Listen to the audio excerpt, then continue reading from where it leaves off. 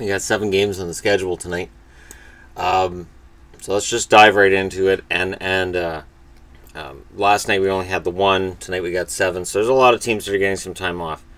There's been talk about the bye weeks. Coming out of bye weeks last year, 8 teams out of everybody that's in the league. And there's more than 8 teams, more than 16. Only 8 of them won games coming out of bye weeks. So they're trying to even it out. So if you're coming out of a bye week, you should be playing against a team who hasn't been playing a lot either. The idea being that Gary Bettman has said that should there be a lot more complaints about the bye week and how it's affecting teams, basically cooling them down, then they'll just do away with it next year, is the threat that's out there. So that being said, it means that we'll have less games during bye weeks for more than one team, and that's where we're at. First up, the Vancouver Canucks are in Washington. The 16, 20, and 6 and sinking fast Canucks are in Washington against the 26, 13, and 3 Washington Capitals.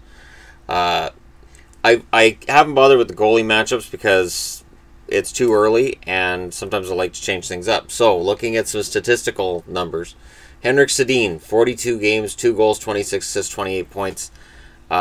He's going to play an important role the rest of the way, and he's not the player that he was, but he's still capable of putting up 50, 60 points in a season. Sam Gagner has been playing better, but 42 games, 7 goals, 12 assists, 19 points.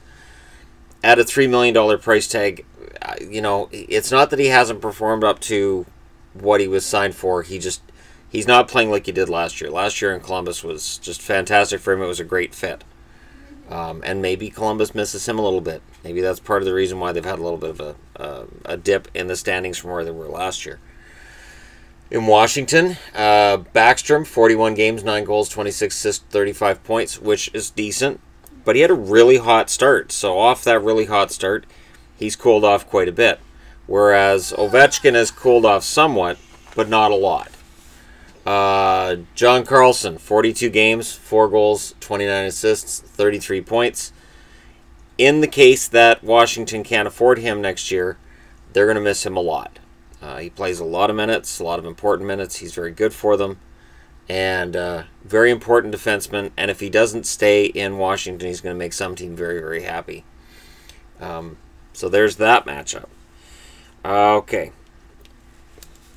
Winnipeg and Buffalo. It's hard to find teams that are more opposed in terms of the record unless we were going to have Arizona and Vegas, which has happened. Winnipeg is 25, 11, and 7.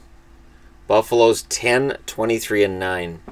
So in looking at numbers, Winnipeg, Line A, every now and then I'll see somebody say, oh, Line A's a bust, or Line A's, not as good as Matthews. Come on. 43 games, 18 goals, 17 assists, 35 points. He's on pace for 35 goals. If that's a bad season, he's going to be very, very good. And he is going to be very, very good. Myers. Tyler Myers has been much maligned for years. And it's been unfair, I think. And this year he's fighting his way out of whatever doldrums he may have had offensively. As he's played 43 games, he's got 5 goals, 17 assists, 22 points. This is looking more like the Tyler Myers that was drafted years ago by the Buffalo Sabres. For the Sabres, the interesting stats to me, Okposo, 40 games, 6 goals, 13 assists, 19 points. That's not what they paid for with his contract. And you ask yourself, is it that he's unlucky? Is it that he's frustrated in Buffalo? Or is it that he's just having a poor season? And Sam Reinhart. And the effort's there. And you can hear the Buffalo announcers talking about Reinhart like they're really pulling for him. They're really pulling for this kid. 42 games, 7 goals, 6 assists, 13 points.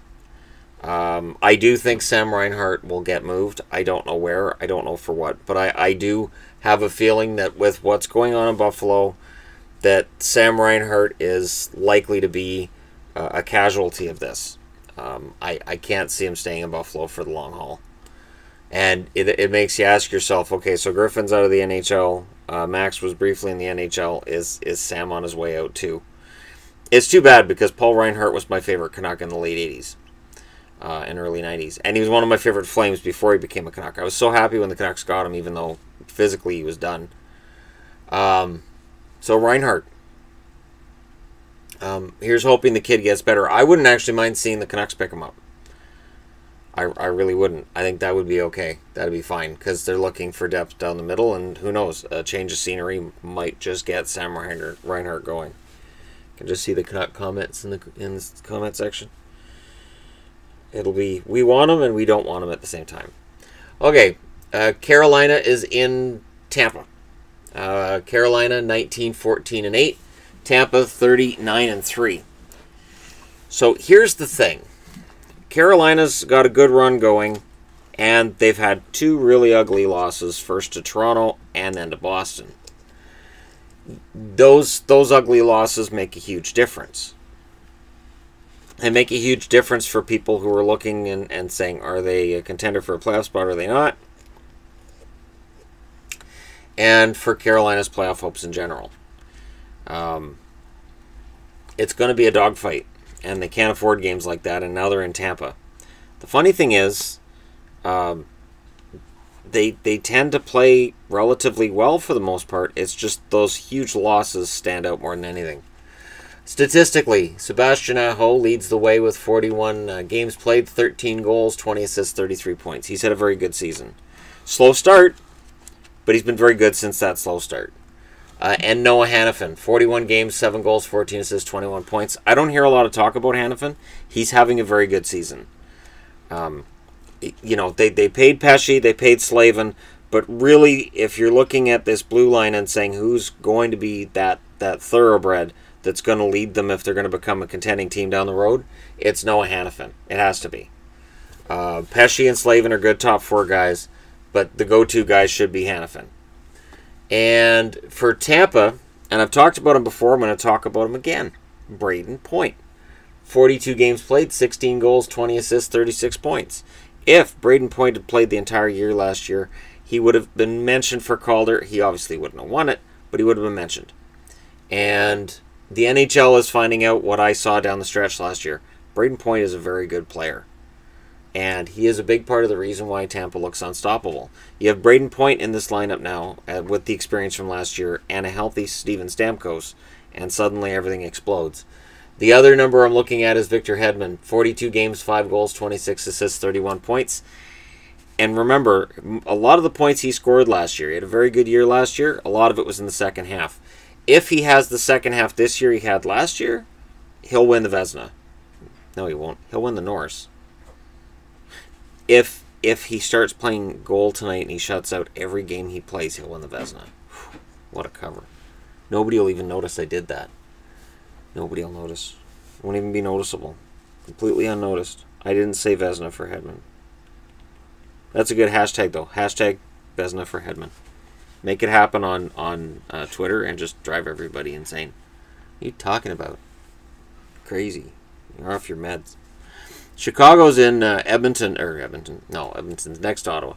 Chicago's in Ottawa tonight. Chicago 20-15-6. Ottawa 14-17-9. And yet it's getting better. Kind of. Statistically for Chicago, Gustav Forsling has developed into a pretty solid defenseman. 36 games, 3 goals, 10 assists, 13 points. He's had his rough patches this year, but any young defenseman will. And I think he's got top 4 potential. At the very least, he's a 5'6" guy. He does have top 4 potential, I think. And Vinny Hinostroza, which there was a lot of talk about early on, because he was stuck in the minors until they figured out who they were going to get off their 23-man roster so he could get called up. Hinostroza has been fantastic for them. 11 games, 3 goals, 5 assists, 8 points since he came up. And honestly, he's been one of the more noticeable Blackhawks in games I've watched of theirs. He's having a solid little run here. I don't know how long it lasts, but he's having a solid little run. And for Ottawa, 40 games, 13 goals, 4 assists, and 17 points for Ryan Dzingel, one of my favorite players. Not very many assists, but those 13 goals are nice. If he does end up scoring 25, 26 goals, he'll be in for a nice raise when his contract is up. And Alex Burrows. It is amazing to watch as a player's skill set erodes and there was an incident or an instance recently where he was a healthy scratch for the Senators, and that could become more regular. Absolutely, because Burrow's speed isn't what it was, and with 39 games played, 3 goals, 3 assists, 6 points, Burrows just doesn't bring enough to the table right now to warrant getting more than fourth line time. And as a fourth liner, he's okay, but I really think if Ottawa's going to turn this around, I could see Burrows being the guy that's he's not on his way out, because I believe he has a no trade clause. He may not. But I know he's got a 2-year contract, so he's not a rental. He might be attractive as a rental, as he was last year. But, of course, Ottawa famously didn't make him a rental. They signed him for 2 more years as soon as they got him. It was a nice gesture at the time. I get why they did it. It's sort of like, you know, you have a friend over and you can stay on my couch. And then all of a sudden you wake up next morning and you go, man, I'm stuck with this guy on my couch. They're stuck with Burrows on their couch. Might be a perfectly nice guy, but you don't want him just staying because you got other things to do. And maybe Ottawa wants to make a run, and maybe Burrows is somehow in some way the collateral damage for that, because they're going to look to upgrade their team, I would think. Because of the way the team is structured, they can't really rebuild. They have to look to either add or get younger or add some skill somewhere, and he may be the guy that ends up on the outside looking in. Next up, the Oilers are in Nashville. When you're struggling, you don't want to go to Nashville. Nashville hasn't been as good lately as they were early on in the season. No, not early on. Since the Turris trade. Let's be honest. Everything's before Turris, after Turris. So BT and after and AT. After Turris, they turned things around quite a bit. Things have started looking like they were before Turris got there. The 18, 22, and 3 Oilers. Jujhar Khaira, 30 games, 7 goals, 6 assists, 13 points. He's giving them the kind of production that they've been looking for. And for Khaira, it's a feel-good story on a team that doesn't really have very many. And speaking of which, Clefbaum, 39 games played, 3 goals, 7 assists, 10 points. Thanks, kid, for making me look bad. But all kidding aside, Clefbaum had a fantastic year last year, and it's completely forgotten now. It is forgotten. It is dust in the wind. His totals just aren't there, and defensively his totals haven't been where they should be either. His numbers just aren't. They're just not. It's just overall. For Nashville, PK Subban, 41 games played, 9 goals, 22 assists, 31 points. Nobody ever mentions him for Vezina, or Norris. I'm trying to get all the defense from the Vezina Trophy. The Norris Trophy. Do I have a Vezina Trophy in my sightline or something? Or no, it's the Norris Trophy that's in my sightline. Anyways, I'm looking at the power rankings board. Subban, 31 points in 41 games, is having a very solid season as usual. Kevin Fiala is worth mentioning. 40 games played, 10 goals, 16 assists, 26 points, giving Nashville the kind of scoring that they need within the top 6.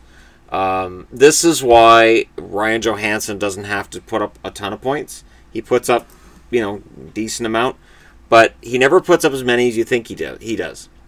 It's one of those guys that doesn't score as many points as people might guess. Start of the year, you might ballpark how many points you think he's going to get. He'll probably be lower than that, and yet you think he's better.